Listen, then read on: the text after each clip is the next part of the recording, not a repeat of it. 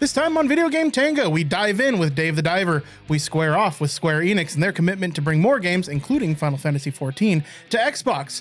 We jump into the void with Voidigo and Doomsday Hunters, then we Rogally and Deck it for a minute before showing off Showgunners and seiging for loot in Starsiege Deadzone. And after all that, it's just Baldur's Gate, baby. Nick here, and after 23 years, I've gone from shoulder-length hair to balding as a gate, and I could not be more ready. Hi, I'm Josh, and I'm proud to announce we are finally out of early access. And I'm Andy, and this is Video Game Tango. Hey, welcome back.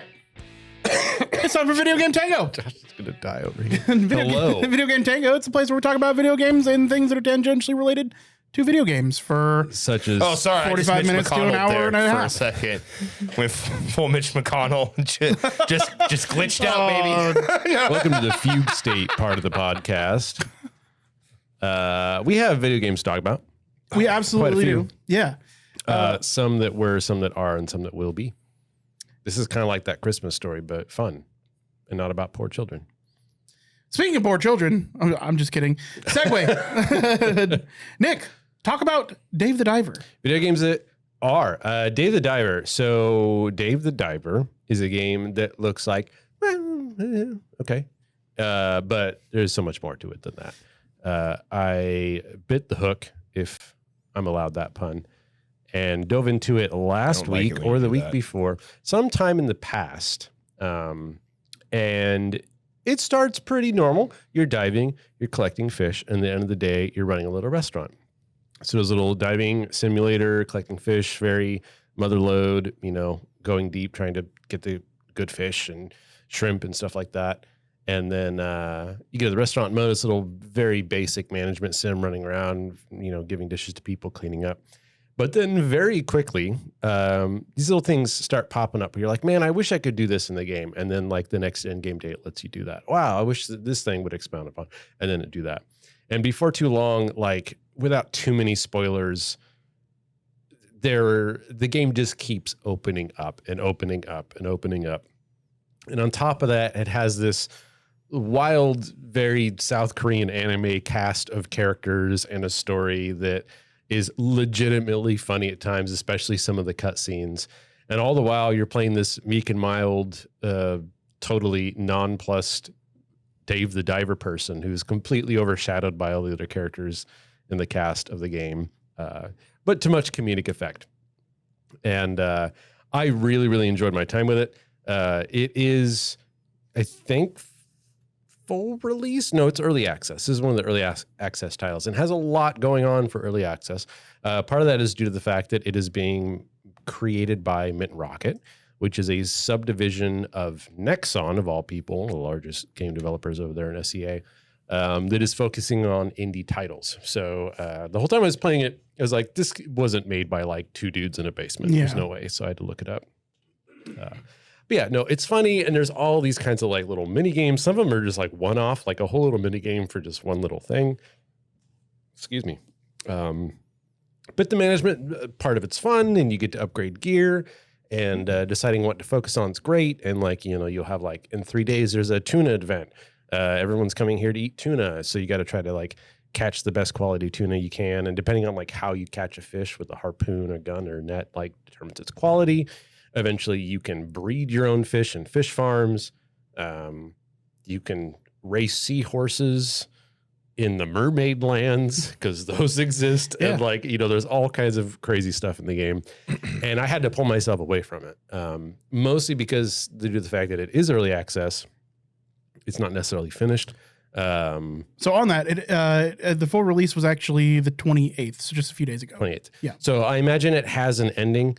But this seems like a game that they're going to be adding more and more to. Do beware if there's little niggling things that bother me about the game, but not enough to say it's bad by any means. The major one is that given the way the game is structured and how things unlock slowly over time, much like Harvest Moon or Stardew Valley, it doesn't inherently have a lot of replay value. So I kind of cross this threshold where like, if I play any more, I'm probably not going to want to start it all over again down the line. But, some people, like if you played through Stardew Valley more than once, you'll probably enjoy playing through this more than once. Really, really enjoyed it. Highly recommend it. And it's what, $20, I'm guessing? Yeah, I think it's $20 on Steam. Yeah, definitely worth $20. And if the, you like those kinds of games. 2D-ish nature of it doesn't bump up against my thalassophobia about being in the water. Yeah. It doesn't No, have like like a couple of the sharks or whatever look kind of like cool or creepy, but like in like a Shark Week kind of a way, rather than in I'm gonna get eaten. I don't know. Yeah, like it's got a cartoony kind of anime look to it, and you do run into sharks relatively early. And the first couple of sharks you run into, you're like, ooh, right? But then you quickly learn how to handle them. And it's the same way with future things. And even the bosses, even though some of them like look creepy, they fight like old school like SNES bosses, right? They have like 3 patterns. You have to hit them 3 times with your various stuff. Giant hermit crab wearing a dump truck as a shell, a wolf eel, stuff like that. But then there's all kinds of stuff. Like there's a collectible card thing in it. There's a million different little mini games and apps and things to do. And your character has a smartphone in game that keeps track of all that. You can call people and you get texts from them. And yeah, it's a blast. I probably made it about 20, 30 hours in the game, which isn't a great estimate because a lot of the game's length depends on how much you really want to make things efficient, right? Like I spent quite a few days delaying major quests so that I could make a bunch of money, which meant kind of doing the same thing over and over again for a few days. Sure. It is a grindy game. So if you're worrying too much about getting everything perfect, you're going to spend a lot of in-game days doing simple stuff over and over again. But after I kind of got a good little chunk of money in the first 5-10 hours, I started trying to do at least one quest an in-game day, and then it just kept flowing well. And yeah, very funny. I loved it. Yeah, it looks like it's got personality for days. And it's one that I mean to pick up. It's going to be in my wish list for probably 6 months. But one of these days when I get around to playing it, I can't wait. It looks like it is 100% up my alley. Speaking of up my alley, I don't know. Square Enix has come out and confirmed that they are going to be working with Microsoft to bring more of its games to Xbox. Following the announcement that Final Fantasy XIV is going to be coming to the Xbox Series X and Series S. So Final Fantasy XIV, the MMO, is coming to Xbox. Oh, okay. Along with that announcement, they have determined that they are going to be spending more time developing games, not just solely for Xbox, but in conjunction with PlayStation. So we've known Square Enix for a long time now, basically since Final Fantasy VII, to be on the PlayStation. There's been a few times where they've wandered. You know, you can find some of their titles on Nintendo. You can find some of their titles on the Xbox. You can find some of their titles on PC. But for the most part, they're big games like Final Fantasy 16, for instance. PlayStation exclusive for a certain amount of time. It was the same thing with Final Fantasy VII Remake. It was a PlayStation exclusive for at least a year before it came out to the Epic Game Store, which had its own timed exclusivity until it came to Steam. And those are the entirety of the platforms that it's on. Didn't touch the Xbox. This, in particular, with the fact that they've been consolidating their teams and essentially they're going back to like a grassroots campaign.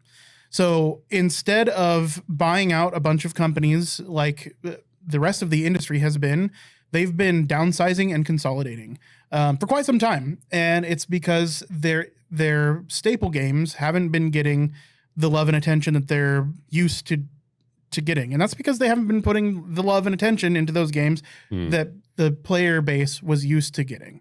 So they're really doubling down on Final Fantasy and creating new IPs. In fact, they've got 2 parts of their development wings that are specifically meant to be like think tanks for new IP, which is good. You know, there are definitely your hardcore Final Fantasy fans that they are trying to get back into the hearts of. Understandably, a lot of people, especially since the cadence has changed, you know, during the PlayStation 1, you got Final Fantasy 7, 8, and 9. PlayStation 2, you really only got 10 to 11, and 12. Yeah. But the PlayStation 2's life cycle was a lot longer than the original PlayStations. And then the cadence really slowed down. Since PS3, we've really only gotten 13, 14, which is an MMO on PC that was exclusive to PC until just recently, 15, and they just released 16 in Final Fantasy VII Remake. So while the cadence slowed down, I think the quality pretty much was still there. Like, I wasn't a huge fan of 13. I wasn't a huge fan of 15 either. 15 was fine for the first 20 hours, and then it really fell off for me.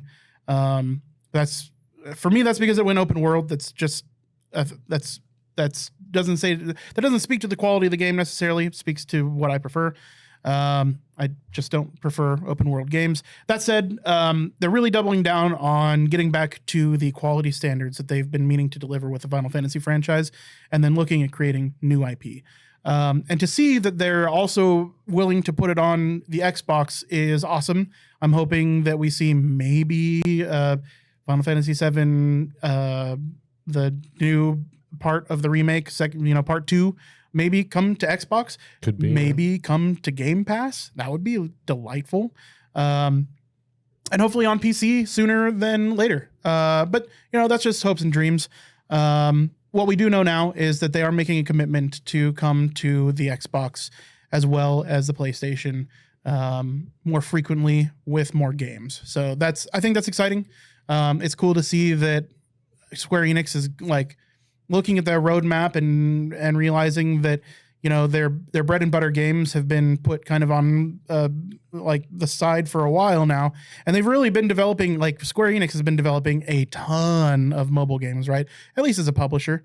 So yeah, makes so a lot of money. Yeah, exactly. And they're slowing that down, and they're really wanting to double down on quality for their core games. I think they have a difficult problem ahead of them that kills a lot of things in the gaming industry. It reminds me of RTSs and things of that nature, and that JRPGs, as we knew them and as we know them, have both not evolved and evolved in kind of two separate ways. In the not evolving way, our generation grew up with JRPGs, the Final Fantasies, the Dragon Quests, all those games. And you quickly come to learn over the last, after 10 years of playing them, that although, especially in the PlayStation 1 and 2 eras, they were constantly trying new mechanics. Every game, Final Fantasy and otherwise, was constantly putting out new ways to level up characters and skill points and materia and gems and sockets and all these weird things, stats based off relationships or the time of the day or the month they were born, which is very, kind of diegetic. But overall, JRPGs are JRPGs. Yeah. And where they might succeed and thrive in gameplay and combat and exploration, from a Western point of view, their storytelling, writing, and narration is extremely childish. Yeah. It is very shonen, very Dragon Ball Z, right? Yep. And in a way, you could say that hasn't matured, but another way, it could just be that they are like aiming for a Japanese audience. That stuff I assume is still popular over there because they still make games like this, and more JRPGs are even more outlandish and over the top, and to me, eye-rolly, right? Like sometimes I can find a JRPG nowadays that the game's good enough to play it despite the narrative and the writing and the storytelling, but like I'm slamming that button, skipping through dialogue because it's, in my opinion, garbage. Childish. Right? So when they say they're focusing on quality, I mean, I wish them the best. It's a hard bridge to gap. Like, are you going to continue making games that necessarily continue that trend and sell well to a Japanese audience? But if you want to go more Western, like, you're going to have to pivot and take a tack that has a more Western style of writing. Yeah. Otherwise, in the next 5-10 years, stuff like Final Fantasy is going to die out in the West. Now, Final Fantasy 16 has done really well in the West, so it looks like they may be tuning into that. I mean, has it done Last of Us well? Has it done Call of Duty well? So sales figures, it's too new of a game. Sales figures aren't out yet, even for first week. It's been less than a month now. So we will find out, but Square Enix is saying that it's a resounding success. And early early estimations of sales actually lead to it may have sold as well as Diablo 4. So it could be top 5 games. 15 was the honestly year. a flop. Like I watched you play a little bit of it, and it was very JRPG. Yeah. And it's almost crazy because Final Fantasy 14, the MMO, is an entirely different field. Yeah. Yeah, it's still JRPG. Yeah, the story is still a JRPG story, but they were really the first major MMO to say, okay, let's learn from World of Warcraft and make a better MMO. Mm-hmm. Like if there's any MMO that's arguably the best right now that isn't wildly different from the standard formula, something like Warframe, the like, or EVE Online. Yeah. It's Final Fantasy 14. They took everything Warcraft did and made it better. So if you can put up with the JRPG silliness and nonsense and corniness, like the game itself is just, the quality of life is massive. Yeah. And the core mechanics are fucking good. Mechanics, and they just keep adding to the game. It's like no end in sight for that MMO. Well, and they're doing something else that like World of Warcraft isn't doing. They are upgrading their graphics engine for the next major expansion for Final Fantasy 14. Been out a while. Yeah, and the graphics, while I think they still look pretty good. Yeah. You know, they're giving a full update. Like they're everything is going to be looking better in Final Fantasy 14. In I think it's like 4 months away now from the big expansion release. So I think it's a Dawnfall, if I remember correctly. What's funny is my brother tells me he plays it. Mm-hmm. He's like, they've killed God and saved the world in the other world so many times that the next expansion is literally going to be the beach episode of Final Fantasy 14. Like they're going to like a resort planet to just do stuff. WoW had that problem too, and that's where you got Miss of Pandaria. And well, this isn't a problem. This is they've done so well that like they need to like completely pivot to something very, very Japanese. Yeah. That classic beach episode, right? You're explaining Miss of Pandaria right there. Now, Miss of Pandaria did end up getting really serious toned toward the end, but that was a very lighthearted expansion for the first 3 quarters. No. It didn't go that lighthearted. Okay. It didn't go well. You might. I don't know. Who knows? There was a lot of really over the top Japanese references. I could Google troll bikini, but I don't think we need that in our brains. No, and that'd just be the alpha starting gear, anyways, man. That's pretty much what it was. So. What do we have up next? Is up it me next, with Showgunners? With Voidigo and Doomsday Hunters. Voidigo and Doomsday Hunters. So these are 2 games that have kind of more Doomsday Hunters than Voidigo because it's relatively new to me. 2 games that kind of hit that soft spot in my heart. So they ride on the shoulders of giants like Nuclear Throne and Enter the Gungeon. These are both extremely stylized. Sick name alert. Roguelikes that have been in early access or beta or alpha or, private kind of development for a long time. I believe Doomsday Hunter is running on 7, 8, 9 years now of development. Yeah, I think in the trailer it actually says 9 years. And much like Convergent Evolution, we see all the time in games, 2 similar games, unrelated, released around the same time that share a lot of qualities. So this one on screen now is Doomsday Hunters, and it's mildly like a room-based roguelike. Room is used loosely, but the sheer just vibes and art and time and effort that has gone into this game is impressive. Wildly bonkers weapons and enemies. Excuse me. All kinds of crazy combos. I don't even need to, tell you when you get into these old long-term roguelikes how unique they can be. I haven't played this one yet in particular, other than maybe a year or 2 ago I tried it out. But it's come a long way. And if you like roguelikes, both of these on this docket are worth checking out for sure if you don't already know about them. Doomsday Hunters, I watched a couple hours of gameplay over the last few days, and just 2 different people playing the same game. It's wild how different their builds ended up. Sure, yeah. Voidigo is much more vibe-like that Nuclear Throne feel with this weirdly high FPS graphics combined with lo-fi pixel art. Mm-hmm. It's not heavily shaded, but it's one of those games where your character has a million options right off the bat, dodges and double jumps and wave dashes with iframes and melee weapons and all kinds of cool crazy combos. I saw one guy wielding a grandma as a gun, It's very, very interesting. The boss mechanics are also mildly unique as well, in that the boss will like show up and then leave at times throughout the level. And they have different phases. So it's not always just like you get to the end and you fight the boss. Yeah. But yeah, the art style and just the general, I guess vibe is a good word as any for it now, of these games is super unique and wacky and crazy and weird. And it's right up my style. So if you like roguelikes, Voidigo and Doomsday Hunters, highly recommend both of them. Yeah, both of them look like they have distinctly different art styles, but still same vein. It's still 2D, top down. Very gonzo, wacky, silly. Yeah. And they look like a lot of fun. Voidigo looks like a fucking crazy town. There's so much going on the screen. Yeah, that it looks like bullet hell style amount of good stuff going on. Yeah. Which I would argue that some of this stuff straight up looked like bullet hell. Bullet hellish roguelite. So yeah, really cool. I want to talk hardware really briefly. So I pivoted. I was originally going to talk about the Xbox controller and how they're in the Alpha Insider program. You are now able to remap your Xbox controller to use keyboard buttons for games that don't natively support the Xbox controller. What fucking year is it? Yeah.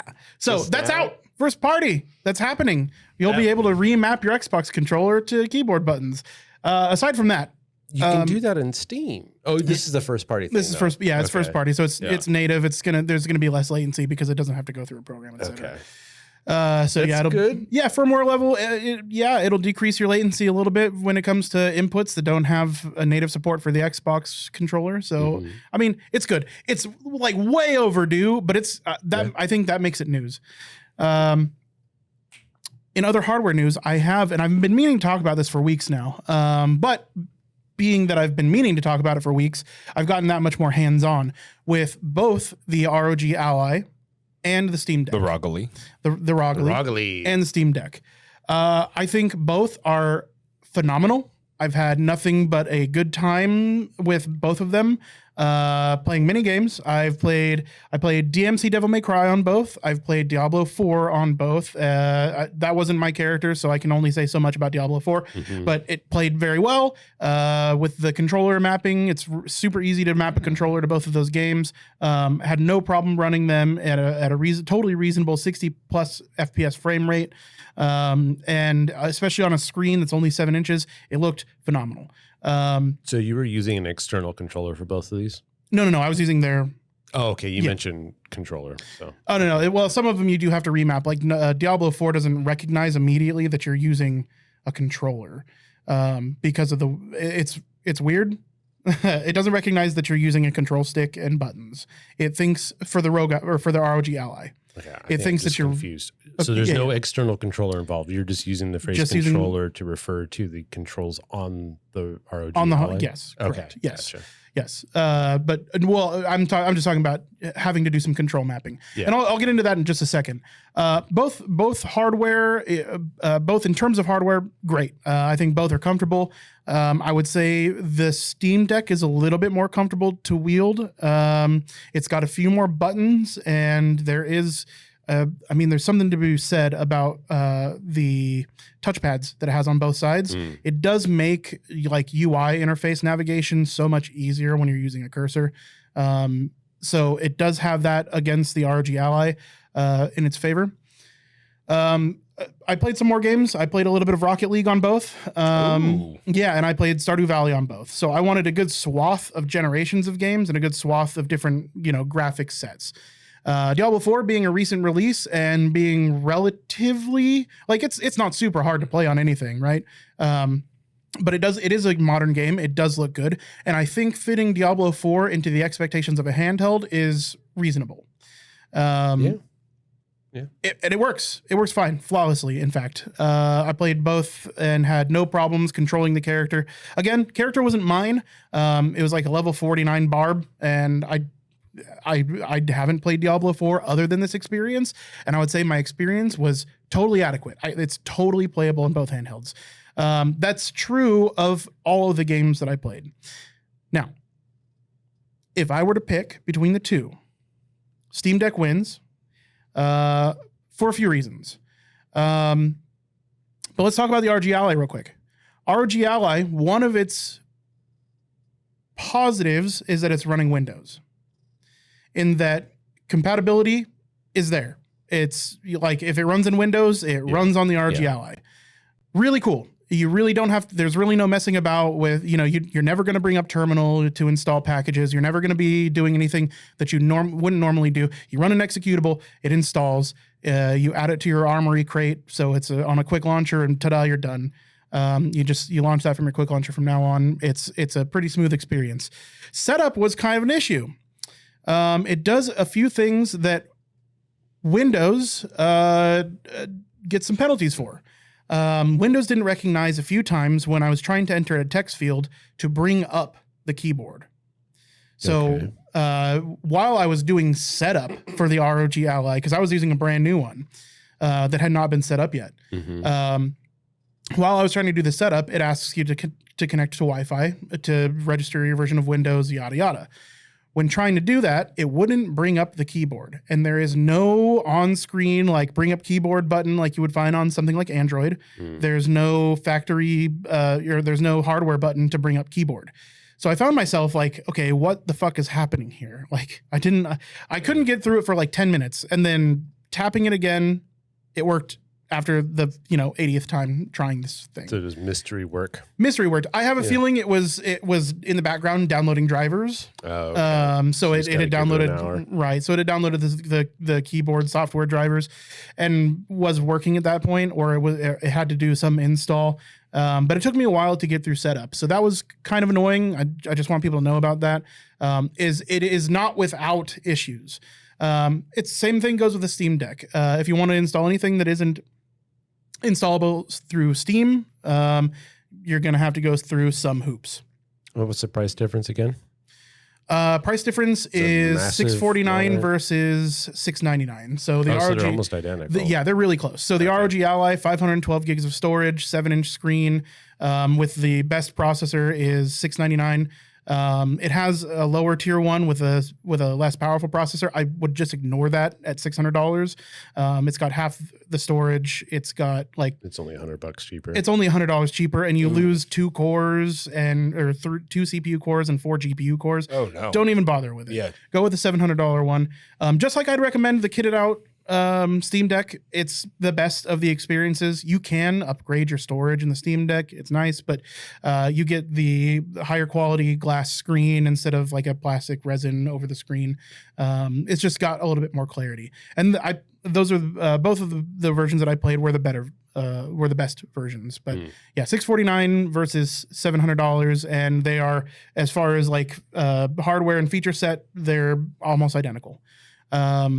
Steam Deck wins in favor. I think Steam Deck is just a more mature platform.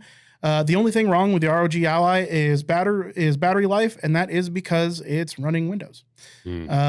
So you don't get the optimizations that Steam has put into Steam OS and Steam Big Picture mode to run as efficiently as it does. The ROG Ally has a little bit noisier of a fan curve than the Steam Deck. Really, I think it just comes down to maturity of hardware and operating system. Valve has had more time to work on Steam Deck than Asus on the Ally. But I can recommend either. If you find the Ally is on sale and cheaper than the better version of the Steam Deck, I'd say you can easily go Ally and not have a problem. Well, it's good to know. Yeah, but I recommend Steam Deck a little bit more.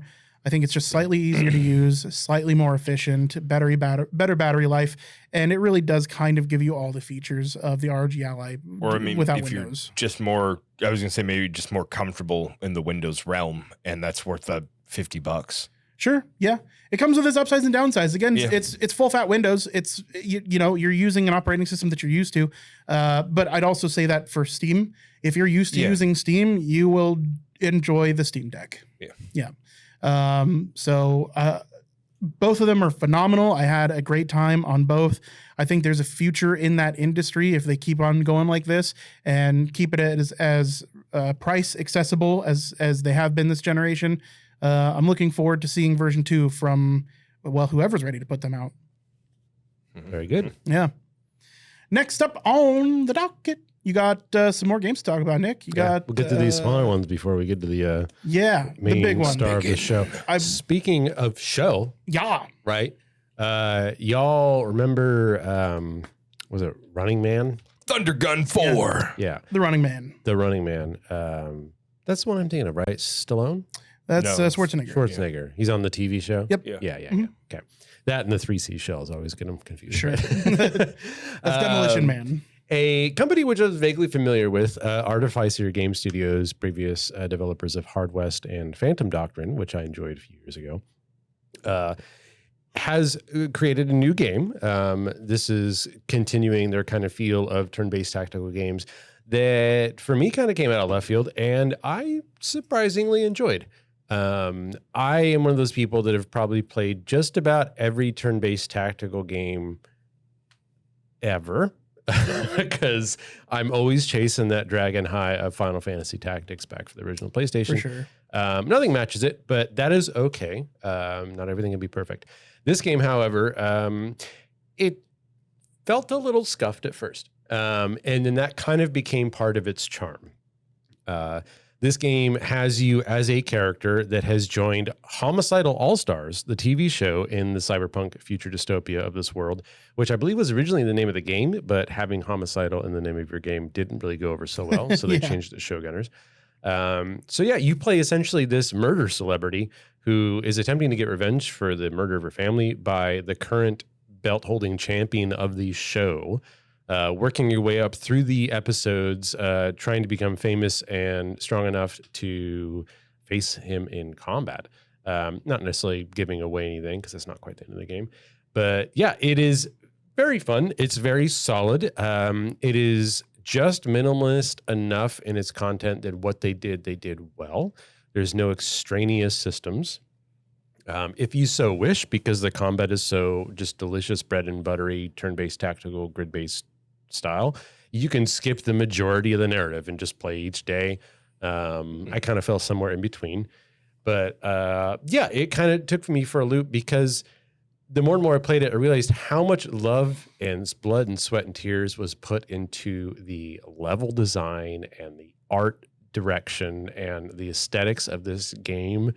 It reminds me of the old Shadowrun games that were made by Harebrained Studios, and that, yeah, parts of the games that are clunky or a little scuffed, but overall, the general vibes just knocked it out of the park. In most games where you have like repeated dialogue, you turn that shit off immediately. In this game, there's an announcer who, you get a headshot and it'll be like, oh, hole in one, stuff like that. And you can set the ratio. I kept it on normal. It did bother me one time because half the time it was actually legitimately funny what he was saying. She's on a rampage, as you're like murdering 5 guys in a row. Yeah, all kinds of set piece design battles, traps and timed elements. And I think that's just where this game really kind of shone over something like XCOM, in that because the environment changed every day, because they had all these different set piece battles, every room, there's puzzles in the game, and sometimes the puzzles are mid-battle. Like, you have to accomplish and finish this puzzle, albeit relatively easy, but with the added difficulty that you're going to be murdered if you're not careful, right? You have to be fighting guys at the same time. So that's doing more, though, Yeah, right? Like that's a little extra there to kind of separate it out of the XCOM. It really reminds me of like what makes for good combat design in tabletop games, where it's one thing to fight a bunch of goblins, but if you're also fighting a bunch of goblins who are raining arrows down on you while you're in a room that's slowly filling with water, and you have to solve the puzzle before you drown, that's fun and exciting, right? And yeah, I really, really enjoyed it. I think is probably about 20 hours in total, which is probably about, I'm guessing, the price of the game. And for all you turn-based tactics fans out there, you know how hard it is to find a game of this genre that doesn't just suck. Yep. So if you like those games, or if you don't, if you like cyberpunk games and you want an entry-level turn-based tactic games that isn't too difficult, I think on normal difficulty, I aced 54 out of the 56 missions, meaning no one went down. It's normal was relatively easy, just knowing what you're doing. And there's easier modes and there's harder modes. But yeah, highly recommend Showgunners, not a little gem that came out of nowhere. Hell yeah. Hell yeah. And you got one more to talk about before we get to the big game of the evening. To forget that I'm the one that plays video games. Yeah. Starsiege something or another. Starsiege Deadzone. Now, I'm not going to lie. I saw Starsiege pop up on Steam, and I shit my pants a little bit because Starsiege, it was a mech game based in the old Tribes universe that I loved back in the day, but there is no unfortunate correlation between this. What Starsiege is a corridor extraction shooter, aka Dark and Darker, that is now attempting to fill the boots of potentially said game, as well as Cycle the Frontier, which recently announced their sunsetting due to a lack of, I'm assuming, player days and income. Starsiege plays like a Halo extraction shooter. It feels like Halo. It kind of looks like Halo. It is quite bare bones for now, but that's good because the game has gone through an alpha and a beta over the last handful of months, private weekends, stuff like that. And the game has only, the season 0 only came out about 12, 13, 14 days ago, about 2 weeks from when this will air. And it was short. It's just enough for them to, stress test servers and try things out. And their first major patch, they've almost completely overhauled the meta progression of the game. And I was pleasantly surprised to see them willing to take such drastic steps on changing things. It's not just like a little gun tweak here and there to keep people interested. It has that same general feeling that Splitgate had, like an indie studio coming out of nowhere with a game that doesn't do anything new, but does what they do so well that you're like, wow, this is actually kind of fun. On top of that, it's a free-to-play game on Steam. And if everyone out there hurting for money knows, you look through Steam free-to-play games, you're looking at World of Warships and Warframe and MapleStory for like the last 800 years have been the only games on Steam, right? So to have this kind of come out of nowhere and not suck donkey balls is really fantastic. That said, much like Dark and Darker, there's some pros and cons. Lighting is a really big deal. There's lots of lights throughout these corridor levels, and they're all destroyable, whether guns or melee attacks, and not being backlit or lit is very important because when you are in full darkness in this game, you are in full darkness. There's no turning up the gamma to like see the outline of a people. You can't see anything yourself. You're given a flashlight, you can turn it on and off, which, double-edged sword, you get to see, but now people see where you're at. You get abilities like enemy scans and Halo-style bubble shields and teleports and invisibility and things like that. There's minor traps at the levels. There's a PvE element where you're fighting the cybrids, these like zombie robots.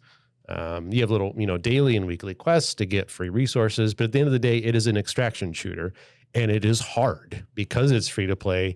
Everybody and their brother is playing it. When I started playing, it was at 90,000 players. 4 days later, it was at 103,000 after season 0 ended. And I don't see this like taking over Call of Duty, but what I do see this is having staying power if they can keep up with it, right? The skins and cosmetic options are extremely weak right now, which is great because the game is brand new. And if they were trying to bilk us already, that would not be good. But they look like Hot Wheel cars. Some of these skins, let me tell you that. But that's not the important thing. Right. You play extraction shooters for 2 reasons. One, you're in your mid-20s, you're in your gaming prime, and you just want to dunk on people and be good. Or 2, you understand that extraction shooters like this and Cycle Frontier and Tarkov are they're their equivalent of Dark Souls. And I hate to beat a dead horse, but the games are difficult because you're playing against people that are probably better than you, and you're going to die, and you're going to die repeatedly, which allows for that catharsis when the only benefit you have over the enemies is you have the upgrade that lets you open and close doors faster. Your teammates are dead. You're running from them. You're doing everything you can to knock out lights and heal yourself while you're running because you're getting chased down. And the circle's closing and the spaceship's falling apart. You see an extraction booth and you're activating it. You hear them hacking open the door behind you and you jump in. Your asshole's been puckered for 8 minutes straight and they're shooting you while you extract and you manage to make it out after losing like 4 matches in a row. That feeling like you have in Dark and Darker where you just get dunked on and dunked on and dunked on. And then you eventually get that one match. You're like, okay, like Apex, right? Yeah. You lose a bunch and then you get that one game that you're like, this is why I play. That's right. It's been fantastic. Exactly. Now, these guys have not yet played it for reasons, but hopefully I will get them to try it out. Yeah, this is the one that I've been meaning to play. It's not dark and darker. Like, don't get me wrong, because the setting and the vibe and the fact that it's a shooter in first person, it's got a different general vibe. But the lighting being a factor, the corridor shape levels, the mini map, but no major map, not knowing exactly where you are in relation to everyone else, queuing off audio being super important, like recognizing the footstep difference between people crouching and running and walking, or the footsteps of the monsters compared to players, noting that there's boxes on the ground or that the lights have been shot out in this room. It's all very important. Yeah, and it looks like movement and positioning is also really important. And that's something that I think that I excel in. This is one of those games where, and again, one of the only reason I'm enjoying it, it's that you can succeed due to having skill and knowledge that isn't just your ability to aim. Right. Because so many of these corridors you can see have multiple entrances. Yeah. Two of your teammates can keep an enemy's attention while you flank around the other corner and hopefully get a cheap shot on them. Yeah, tactical advantage is just as important as your ability in an FPS, right? Yeah, there's gripes and quibbles, and I could get into them, but I don't think they're worthy yet because being so new, numbers are going to change. Currently, there are some gear problems where higher geared players are just going to be better than you, which again leads to that Dark Souls kind of feel where you're like, you're going to suffer before you get to enjoy it. But one really nice thing about this extraction shooter over others is that your armor pieces, your 6 armor slots or whatever, heads, hands, whatever, not only they to define what skills you get, the ability to like hack doors better or heal faster or those kinds of things, you don't lose them when you die. It's only your inventory and your weapons and your ammo and your consumables, which assuming you manage to extract every 3 to 5 missions, you can keep breaking even, right? So you get to try new weapons and like as you level, you get new skills. So unlike some other extraction shooters, even if you lose 3, 4, 5 missions in a row, you're making progress, assuming you're killing the monsters and, you know, winning every once in a while. So I really enjoyed it. It's got proximity mic. Like I was with a team and running past a door and some guy says, "We're not here." And I said, "Is there anyone behind that door?" He said, "No." I'm like, "Then who's talking? Am I talking to the door?" And we just got this comedic talk, and then I got shot in the back from another team. Sure. Right? But, you know, proximity chat. I love It's open got its proximity pros and chat. its cons, but yeah, it's very fun. Yeah. So highly recommend checking it out because it's free. You got nothing to lose. Yeah, and Big Panda, I told him about it once you told us in the Discord about it a few days ago. Oh, yeah, yeah. And he jumped right into it, and he's been playing it, and he says Sweet, I'll try to in add chat one it's fun as Steam. hell. I tried pinging everyone I thought of that play as shooters. Yeah. So yeah. Yeah, man. Good shot. Yeah, I'm looking forward to it. That's the 2 that I really want to play with you guys is Hammerwatch 2 and Starsiege Yeah, Deadzone. Hammerwatch 2 just came out, right? It's not fully out yet. I think it's got like another week before it's out. Very soon. It's very soon, but we do have a free demo that we can play. So if we want to play like an hour of it or something before, I mean, it's like purchasing ordering a it. pizza just to smell it. well, Right. I enjoyed the bejesus out of myself in that demo. So, Yeah. and as far as I know, the demo content is separate from the main content. So I would agree, but there's one major problem, and it's the problem Josh is about to bring up. it sure is. Yes. This is going to be a serious problem. If Video Game Tango has ever had a problem, this is the big one. This is it. Yeah. It's been 23 years in the making. Literally. I mean, No it's exaggeration. Yeah. been in early access for 3 years. The wait, by the time you hear this, has already come to a fucking end. Yeah. For us, it is just mere hours away. Baldur's Gate 3. It happens August the 3rd. So The close. year of our Lord, 2023. We have held out. We all agreed not to play the early access. We're like, don't ruin the start. I just want a fresh game. Go ahead, Josh. And now that's only for some of us, dear video game players.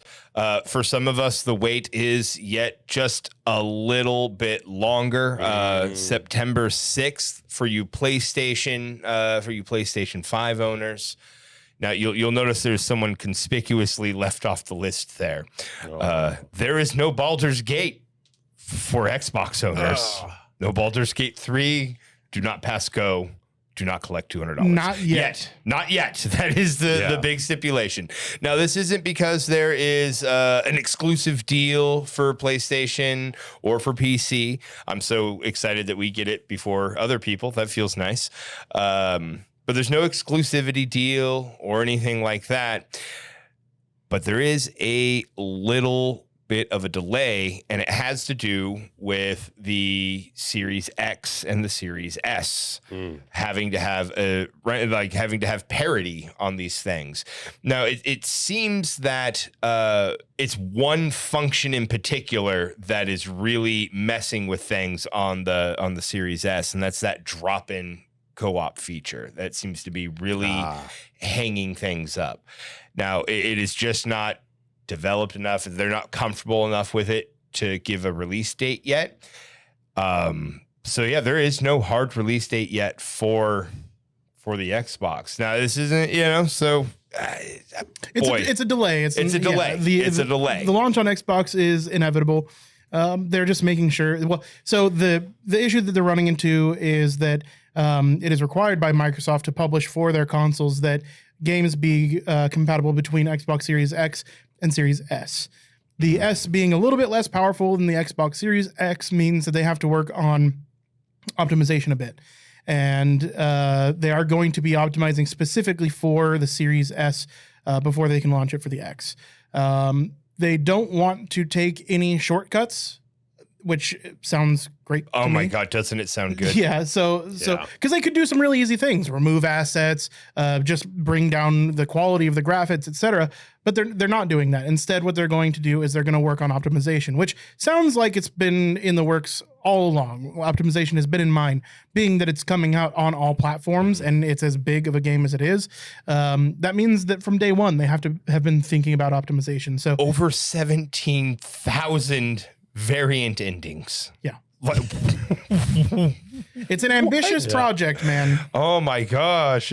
Oh man. I heard somewhere there's like 1,000 NPCs with voice dialogue. Yeah. It's just they have crazy. 173 hours of cutscenes. I believe Larry. 173 hours is how long we've been talking about character creation over the last 3 days. What are we going to make? What are you going to play?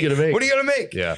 So Larian said something like a full achievement playthrough is easily going to break 200 hours of gameplay. Wow. Those are like original Final Fantasy numbers, right?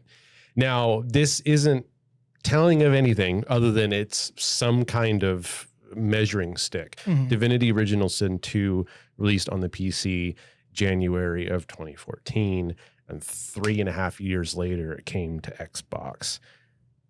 I don't think Baldur's Gate 3 is going to take 3.5 years because Larian Studio has had a lot of money and time and experience from then, but it does at least give us an upper bounds. Also, there are Microsoft engineers working with Larian. They are working with Microsoft. Less than a year. Well, I mean, Sven, I'm going to butcher Vinik.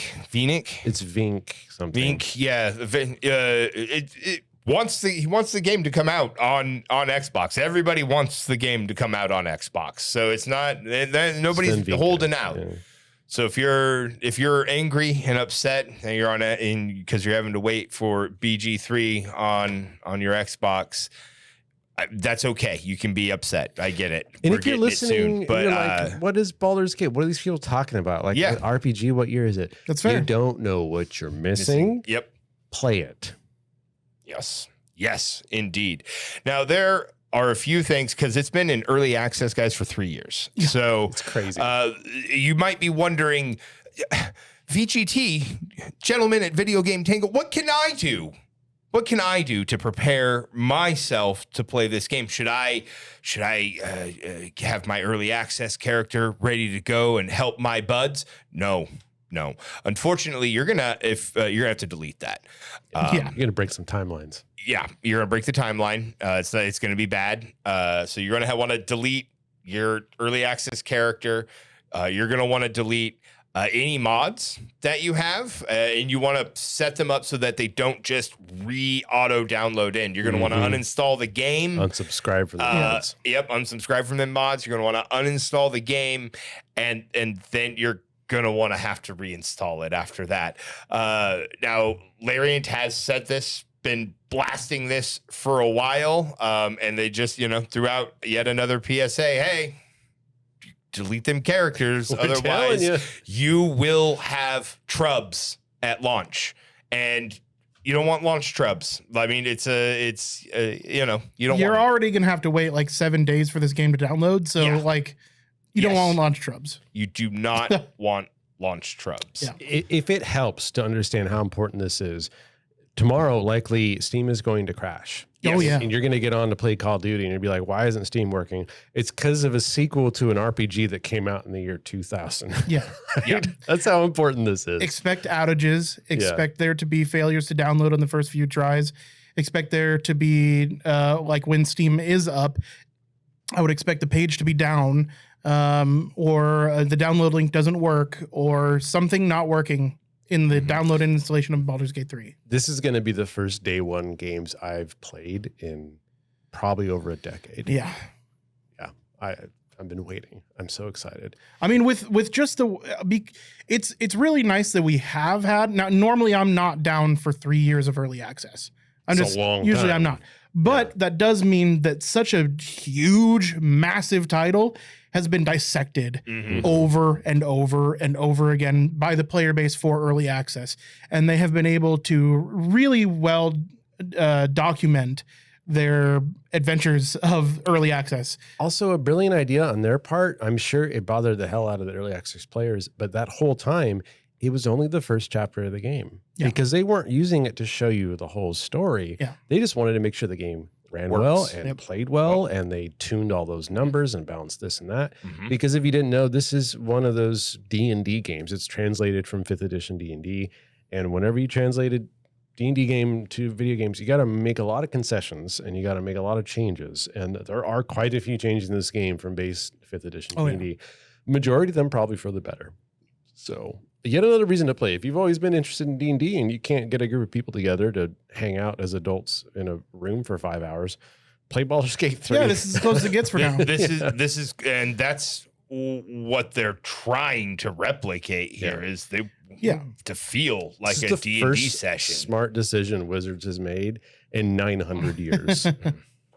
Yeah, I mean, it is D&D though. Like this is based in Forgotten Realms. This is this is as Baldur's D&D as it Gate gets. Is on the Sword Coast. Yeah, like this is the blue meth of tabletop games. That's right. It is first party. It's first party. I mean, we've kind of been gushing the last, few minutes here over the games, how much it has, the character creation. A lot of talk has come like this. Is this going to be the standard, gold standard for RPG? Is this what everyone has to aspire to? Is anything else crap next to it? My grandpa's feet. Is the next Mass Effect my grandpa's feet next to this? Maybe. But we don't I mean, I love Grandpa's Feet too. It's a great sequel. But when it comes to standards, again, I'm going to butcher the poor man's name. Vink says he doesn't think standards are a thing in RPGs or in games. That everything is always changing, and while Larian has a pedigree for what they do, and they've only, as they've done it, gotten better at doing it and gotten more money at doing it, they don't have the funds of, say, something like Activision Blizzard or Microsoft or Sony. So like those guys can develop whatever the heck they want, but it's like, this is our, what he's essentially saying is, this is our art. This is our 10,000 hours. Yeah, this is the passion. This is exactly. It's what we've perfected, what we've mastered. So expecting, say, your Cyberpunk 2020 or 2077 isn't gonna be this. And he's just saying holding anything else to this standard is probably unfair to the other games and to the gaming market, because this is a very specific, well-brewed cup of tea, and it's not necessarily going to be for everybody. He said this in part because it's something you might not be familiar with, but especially last week and the week before, there was a surprising amount of not game dev companies themselves, but the individual game developers hopping onto Twitter, and I hate to be reductive, but saying more or less that it's not fair. Like Baldur's Gate 3, they're basically saying it's not fair for them to make this game because things like indie devs don't have the time and experience and money. And they were trying to make a good point in that, like, you should, I guess, in a way, not expect this level of quality in the future from them, because it's not fair that they don't have the money, time, and experience. Yeah. And as weak as a point that is, I kind of see what they're trying to say, but it came across a lot different. It did come across kind of weird. Oh, okay. People just being afraid out of their minds that, like, suddenly we're going to get hit with what some people are saying is the game of the decade so far. And they're suddenly going to have to be making actually good games, right? You know, you can't just keep churning out shit after shit, games as a service style games until the cows come home. This should be making people like Ubisoft scared, or EA. Like, you should be scared of cranking out the fucking run of the mill bullshit after this. Like, I get where indie devs are coming from. We're like, we can't do this, but this no one's expecting. First off, no one's expecting that. But this also isn't. This isn't EA. Yeah, this isn't like, right. I mean, they do have some obviously more money than an indie dev, but like, and they've got a pedigree behind them, and they have funding behind them. But yes, it's not. It's not Activision Blizzard. Yeah, so I don't know. That's kind of like coming after the medium guy. You know, like, this is, like they said, very, very specialized. Very. It really reeked of like panic that suddenly people are going to realize that good games do exist. Yeah, and suddenly they're not going to be able to get away with shoddy games anymore. Well, like, honestly, that's not. On most of the ingenuitive and best looking art that I've seen coming out of games has been in the indie market. They got nothing to worry about, honestly. This is not an indie game killer. No. If anything, this is the AAA killer. Yeah. This is going to make people reevaluate. Like, this is not the thing that's going to make me stop spending $15 and $20 on indie games.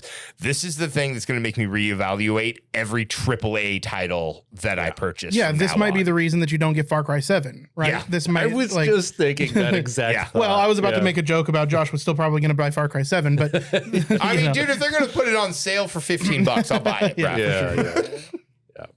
So check it out. If you don't know anything about it, you're missing it out. Look into it. Yeah.